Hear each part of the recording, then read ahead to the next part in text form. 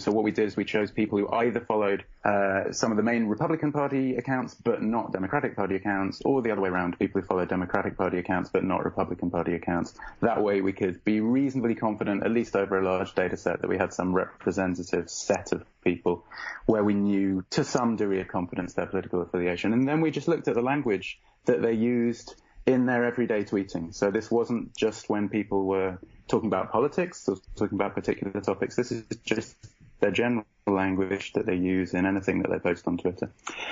And so we investigated some of the words that people tend to use that we thought would be associated with what some of the findings other political psychologists have found about what they think the traits, the personality traits, I guess, that are associated with political affiliation. And here's one of the words, if I may jump in for a second, Matthew. Here's one of the words that I think some of our listeners might expect it to be the other way around, but this, I believe, is consistent with other research, that, in fact, it's people, liberals, who are more likely to use individual words like me, while conservatives tend to go toward group-oriented words like us. Is that correct?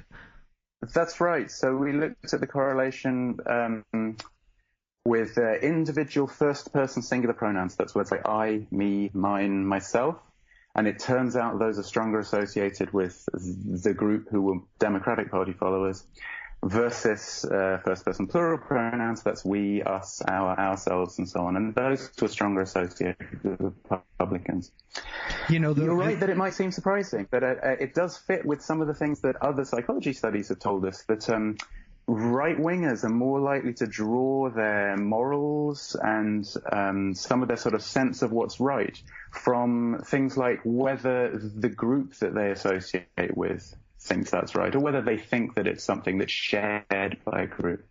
So, and also that they possibly talk more about drawing things from a sense of authority. So we think that that's what's going on here. They're more likely to use words like we because they're expressing things, either because they think they're what a group of people rather than just themselves thinks, or because they'd like it to sound that way.